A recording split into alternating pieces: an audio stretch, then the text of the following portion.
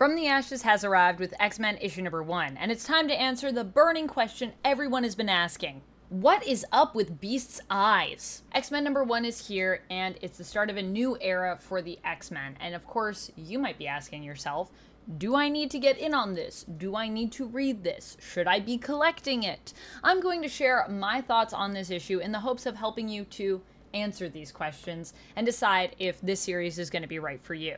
At least based on issue number 1. The cool thing about this X-Men series and this whole era starting right now is we just came out of the X-Men 97 hype, and of course there are likely going to be a lot of folks out there who are thinking of getting into or back into comics. One of my favorite things about X-Men 97 personally was that it really made me want to read X-Men comics, even more than I already do. And From the Ashes is here to hopefully quench that X-thirst that folks out there are going to have, myself included. But how satisfied will you be with this story? Well, I'm approaching this book as not only someone who has been a longtime fan of the X-Men, but also as someone who comes from the Krakoan era. While I'm still catching up on my Fall of X, admittedly, I am extremely familiar with pretty much everything that came before Fall of X. So the other question we have to answer is, how does this comic read for folks like me who have been following along with the Krakoan era for most of it, and of course we're sad to hear that that chapter would be coming to an end. Let's talk about both of these things as we dive in to review and discuss this comic. Its plot, the cast, the art, the tone, and more.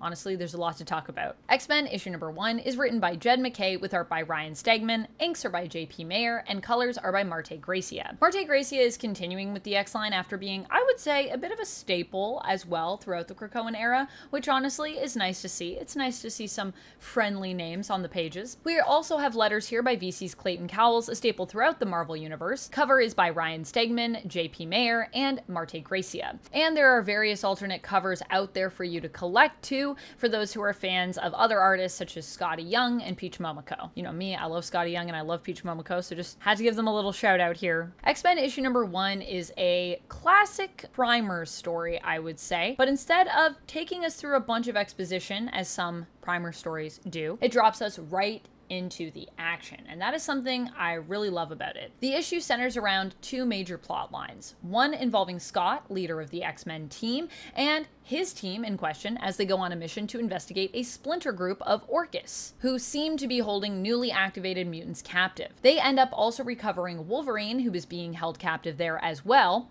However, when it comes to the new mutants that they detected, they turn out to be not at all what the X-Men expected them to be, turning what would normally be your average rescue mission into something far more interesting. The other plot line that we keep cutting back to is focused on Beast, who is much changed from the ruthless version of the character we got during the Krakoan era as the leader of the X-Force. Beast is focusing on establishing a working relationship with the police chief of the town where the X-Men have settled in Alaska, trying to smooth over tensions, but also establishing with the police chief that the X-Men are here to stay, no buts, ands, or ifs about it. One of my favorite things about this team is the dynamic that we see established in issue number 1 between some of these characters. The best dynamic by far is between Juggernaut and Magic, where we quickly establish a playful, friendly rivalry between these two. Honestly, they're just giving me big bro, little sis vibes in a really fun way in this issue. I really liked it. It's also nice to see Juggernaut's character development continuing to build on what came previously, and to see him in a more firmly heroic light, where he is accepted by the mutants and the X-Men. I mean, I feel like Juggernaut has worked really hard to get there, and so it's just nice when that actually gets to stick. A character that I was surprised to kind of love on this team is Quentin Quire. Quentin in general can be such an interesting character to have on a team.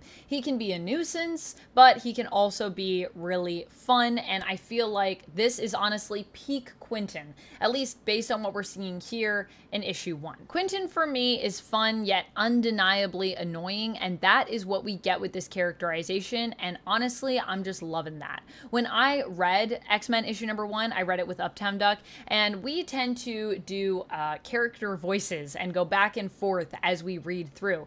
And I was fortunate enough to get to read for the voice of Quentin in this issue, and he's honestly just a fun character to read and portray. So that also might be part of the reason why I'm really loving him here. I might be a bit biased. One character that I'm not really sure how to feel about in terms of his inclusion in this book is Magneto. Now, I really like Magneto, but I just feel like having him here is a bit, well, different.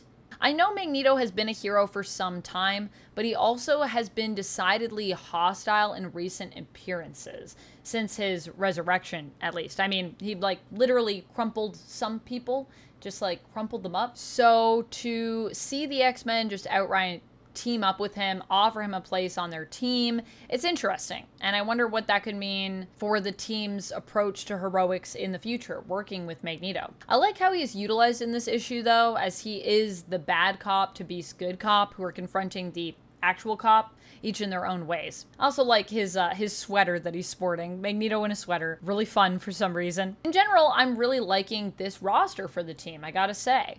But those are the main characters that just really stood out to me outside of what I would say the two main characters of the story are here. Cyclops, who is our team leader, and Beast, who, well, Beast has just been through a lot lately, honestly. Technically an entirely different version of Beast at this point. I can't wait to find out everything about how he feels about everything that's happened before with the version of him that's no longer here. I'm glad he was a focus for this issue, but there is one more character that I would be remiss if I did not mention, and that, of course, is Glob Herman, who is also here, not necessarily on our active team out in the field or anything like that, but is just helping Beast with the plants in the X-Men's base here. And I really love a Glob cameo, so I just enjoyed seeing him here, and I do hope that we get to see more of him throughout the book, and it's not just this, like, little cameo. I'm sure we will. I'm sure we will. I would honestly just love to read a solo book that is just Glob taking care of plants. To be honest with you, I'd be into that.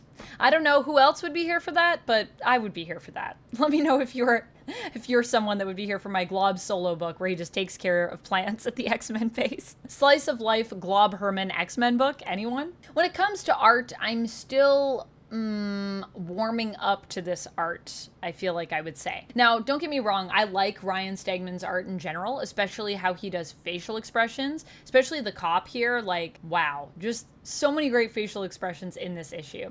The faces are just always so expressive. Sure, I too, of course, was caught off guard by the way that he decided to do Beast's eyes in this, but they grew on me throughout the issue. The initial panel with them was a bit startling, though. I will admit that. I think it's cool that Stegman is taking inspiration from that classic look with Beast back when he was on the Avengers. I think it also makes sense based on, you know, when this Beast backup is from, but then he's also giving us his own style on top of that. So the designs themselves are super 90s, but then we're adding on top of it Stegman's very stylized version of that. And I think that's what's causing some people to, like, raise an eyebrow at this, but I like a bit of style. I think it's just we need a bit more time with it. We just need for it to feel like it's an everyday thing before we can really see it for what it is. I personally know that I need a few more issues to figure out how I fully feel and think about this, but right now I would say I'm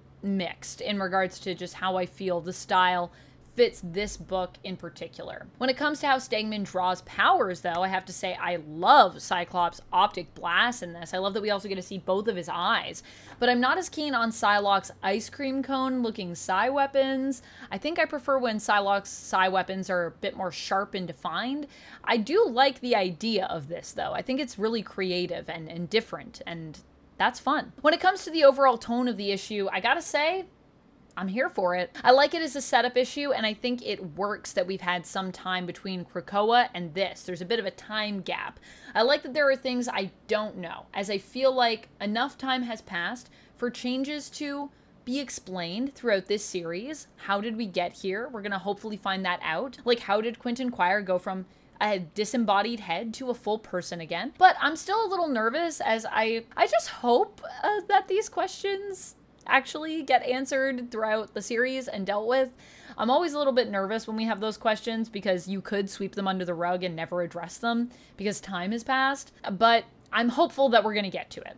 I also like the setting. I like that we have this town who is both, you know, grateful to the X-Men, who clearly did save them from what appears to be a looming sentinel at the end of the issue. But at the same time, they're nervous about the X-Men being nearby and about them taking over a former factory, which they had kind of hoped they'd be able to use again at some point, and to use it to reclaim a sense of industry in their town. And I also love that the former factory was, most recently, a Sentinel factory. Like I said, tension. There's tension here, and I'm really here for that. We also have some internal team tension, which I think you need on the X-Men, that is set up here around Magneto being present. At least that's what I was feeling here. I do think that it will be interesting to explore, and I think Magneto in general on this team will be just interesting in general. I'm curious to see if anything we established in the previous run during the Krakoan era for Magneto will stick, and what role he'll take up on this team, where he'll kind of fit. Overall, it feels like we are also potentially building up some interesting initial arc and overarching threats. Issue 1s are usually where creative teams give you a glimpse into the overarching story they're building in terms of longevity, and I think the Splinter group of Orchis will possibly be a representation of that in this story and in this issue 1. With Krakoa, it was a place for mutants to go and celebrate their uniqueness and feel safe. If people have figured out how to become mutant, though, like we see with this Splinter group, is it possible we could be seeing the opposite happen? Mutants lose what makes them special, and possibly, you know, also lose what makes them hated and feared. When we find a way to make anyone mutant, what would that mean? I think that could be huge. Kind of like a reverse of no more mutants, and maybe instead, like, everyone can be a mutant?